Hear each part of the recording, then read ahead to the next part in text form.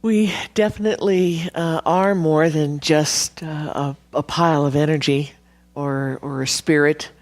We have a lot of different levels, a lot of different levels of being. There's physical, there's emotional, there's mental. So all the different intensities of the spiritual levels.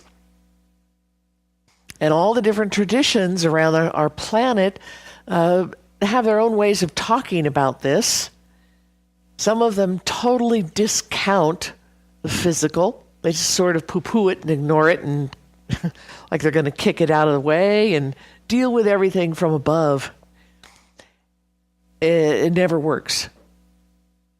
You can't take one little piece of yourself, throw it away, and expect the rest to work. One of the things that we've done in our modern culture is to try to throw away our spiritual level. We've just shut it down. We've ignored it. We've pretended that it doesn't exist at all.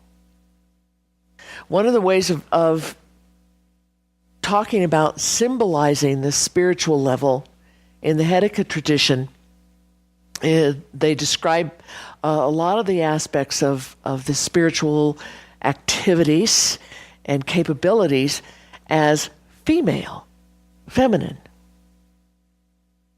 They describe linear activities, more physical 3D time-space things, as male. So the female is non-linear, spiritual. It's the dream time, it's psychic activities, spirit journeying, all those kind of things. That male energy is much more linear. It's all things in a row. It's 1 + 1 is always 2. 3D time space. You can always count on it as being just that. 4 walls, 4 corners. We have to have both.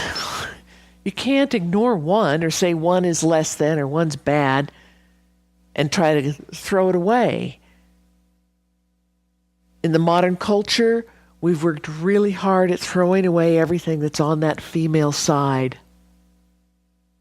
including that physical counterpart of womanhood, and degrading it. In the Whitaker tradition, they don't have a hierarchy. They don't believe in hierarchy. They don't believe in degrading. They have no word for judgment. There is no better than or less than. Everything is of equal importance. All these things are different. Each one of us is very, very different from each other. We're all unique. But we're equal in value and equal in importance. The same with all the different levels of being. Another way to look at the different levels of being is that we have our physical body, we have our emotional aspect. Some people call it a body, but then that starts to imply that it is something that you can rip apart from the physical and take it and set it off over here somewhere. In the Whitaker tradition, these things don't come apart. We're woven together pretty tightly. There will be a time when you no longer have this particular physical body as part of your beingness and your totality. But you'll move on and have another physical body somewhere else, some other time, some other place. You'll make another one. But for right now, you have this one. And it is a very integral part of who and what you are. And it's just as important, it's just as sacred and holy as all the rest of you. You have your physical, you have your emotional aspect, you have mental activity and aspect, you have the different spiritual aspects. When the Hedekas talk about these things and work with these things, they're thinking of them in terms of operating on different frequencies. It's just one more side to the same coin. You experience something within a certain frequency range, and that's emotional. You get to a different frequency range, you notice it physically. You get to another frequency range, and it's mental thought. Another frequency range, and it's the spiritual levels. In this tradition, we work with all these levels. We're not going to try to throw away or diminish any one of them. Your physical part is just as important as the rest. The spiritual part is just as important as the rest. You can't fix or heal one without fixing and healing the others. If one's broken, they all got a broken part. You're woven together. It's all one thing. It's just different aspects of one thing. When you look at a really tiny, tiny child, and you look at a really tiny child before they've gotten really socialized, before the masks have started to build, and they're in their song.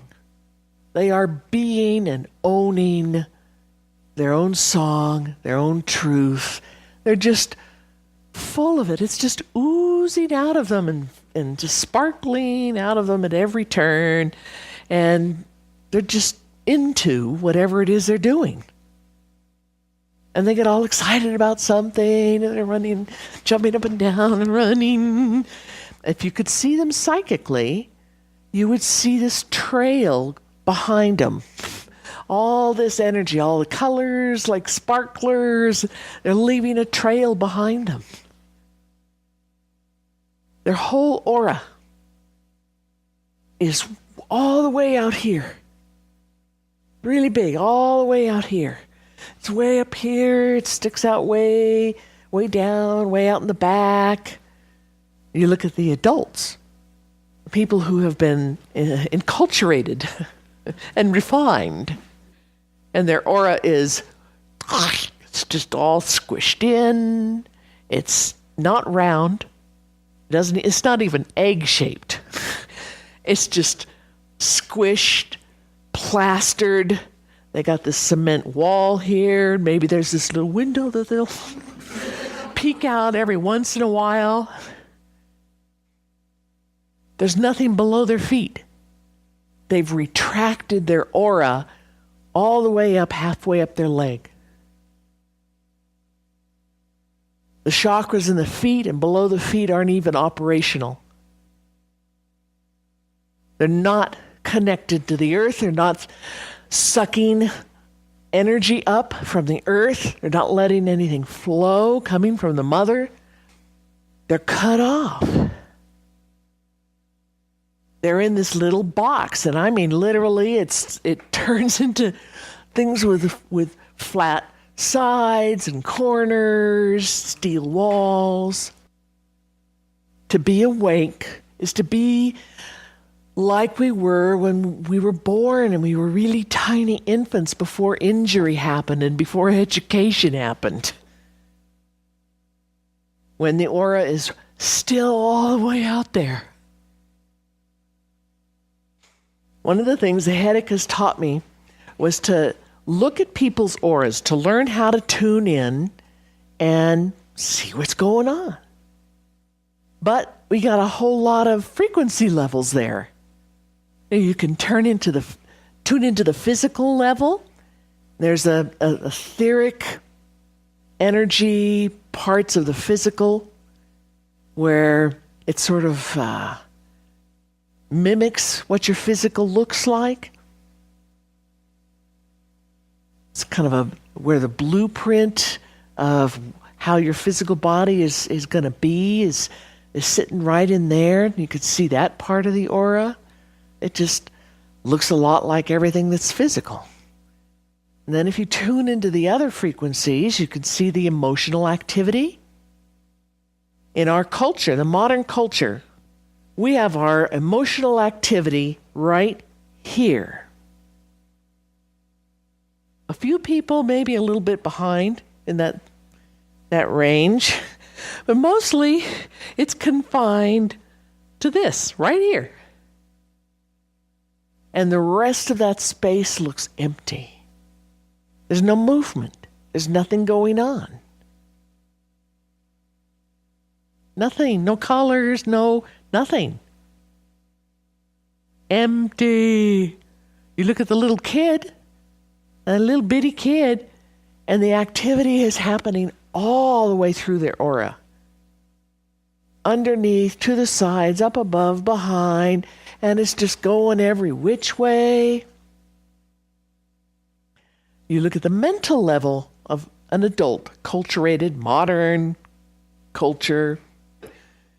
Mental activity is right here. And sometimes it interacts with the emotional and sometimes it doesn't. It's supposed to be interacting. Two sides of the same coin. It's supposed to be an interaction. It's two different ways to experience one thing. So you should be able to see something going on at each level and kind of interacting, coordinating. But it doesn't always happen that way in adults in our culture. In a child, little bitty child, it's just so alive. Very interactive. Sometimes the thought comes first and then the emotion comes all behind it. And sometimes the emotion comes all first and then the thought interacts behind. You get to the spiritual levels, and in that little tiny child, there's all this activity, and it's coordinated with the emotional and the mental. It's interactive. There's activity filling out the entire aura, all the way in that spiritual level. And in the spiritual level, these are the psychic, the dream time, all that female energy side of things. All the hidden, wonderful dream time type activities. That's what happens there. And it's very active and very alive and very full. Being able to see spirits, being able to communicate with spiritual things, psychically, telepathically communicate with other beings. All of that is on the spiritual level. And these little bitty kids are doing this. You look at the modern adult from our culture, nothing is happening on that frequency range. It is an empty shell. There's no color. There's no movement. Nothing is happening on that spiritual level. We've squished it out of ourselves. We've turned it off. And you see that little kid running, and that trail is going behind them. It's all frequencies. All frequencies. They're active on all levels. They're awake. In our culture, for adults, that spiritual level, like I said, nothing's happening. Empty box. We ignore it. It's like muscles that have atrophied. So one of the things that we're going to do in this whole series is to work on that atrophy. To keep doing a number of different exercises, initiations, journeys, ceremonies that turn it back on. They'll give you that chance to be back in tune, to open those doors back up. One of the things that is in the way is the boulders you have to push uphill. And that's our addiction that we have learned from our modern culture. Our addiction to our masks, addiction to being shut down and turned off, our addiction to being asleep, to being afraid, to being full of doubt. Every time we allow those masks to run those programs and we're experiencing this, whatever it is, the fear, the shutdown, the asleep, whatever the program is, we get a fix. One of the ways that Domano used to describe it, it's like we're in this little VW bus. There's a driver's seat up there, and then there's the rest of the bus. And when we're running our masks and we're asleep and we're allowing all the junk to happen, we're in the back of the bus. When we're awake, we're in the driver's seat. When we're running the masks, we're in the back of the bus, and the mask is sitting in the driver's seat. And every time we allow that to happen, we get a Benny. It's like shooting up. And chemically, physically, it's quite real.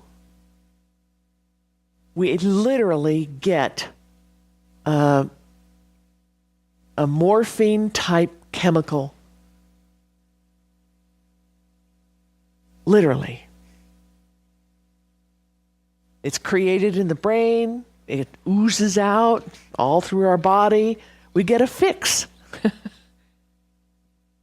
We're psychologically, we're emotionally, and very physically addicted to our masks. You wonder why it's hard to let them go, to get over them. You're addicted.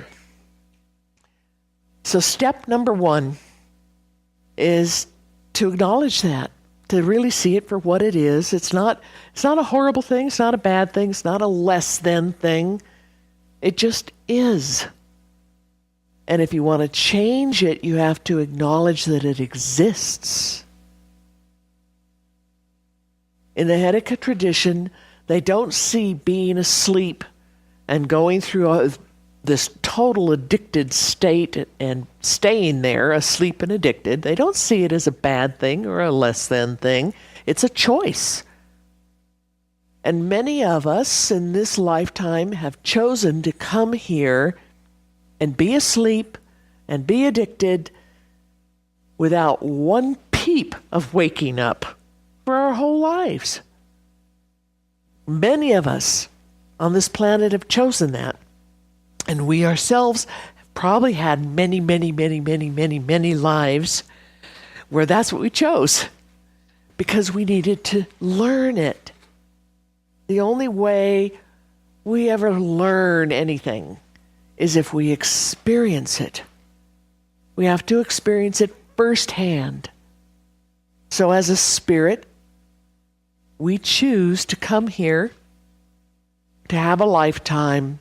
And we choose these different things, major events in our lives. We choose this century. We choose the culture. We choose the family. We choose it because there's something that configuration can provide us. And they teach us all about their masks and how to be asleep, the whole socialization. They teach us that, and we came here to learn it. Very, very, very important for your spirit, for your song, in the bigger picture. The Hedekas don't think of this this earth place and human life as some sort of school, prison, a have-to place, something that you need to do and keep doing until you get it right, and then you're finally let out, and then you get to go to a better than place. They just don't see it that way. They believe that we choose, every single lifetime, we choose to be here. We choose that stage that we jump into, and the major parts and pieces, and then we jump in, we get born when the movie rolls, and on we go. And we learn a whole lot of really, really, really important things. We learn things about beauty and love and life. We learn things about hatred and war and violence and abuse, and they're all important. They're all important. One's not better than another. One's not right and one wrong. They're all important for us to really, truly understand. Something much bigger is at stake, and you have to know all the parts and pieces. So right now, you chose to start your life out asleep, and then somewhere in the middle, try to wake up. Not an easy task. So step number 1, the acknowledgement that you are truly addicted, physically, emotionally, mentally, spiritually, all levels. Big, serious addiction to all the mask patterns. Every single one of them. And they give you big time juice up. So every time you let the mask get in the driver's seat, you get the Benny. It's like shooting up. You go to the back of the bus and you just don't care. You don't have to be responsible for anything. You just sort of run on automatic pilot and just live out that whole thing just that way. That's fine. But if you want to wake up, you have to take steps to change it. You have to get back in the driver's seat. When we are in our song, when we are feeling our song, truly feeling it, experiencing it, that's being in the driver's seat. And the more you can feel it, the more you can hold that, then the stronger and more centered you are in that seat. And eventually, you'll be totally square in the seat with a nice seat belt. Nothing's going to get you out. And you're there. And you're owning it. No more masks. No more bennies. Just that nice, clean clarity and freedom. A place where you can make choices in the here and now moment, from one moment to the next. It's always a choice.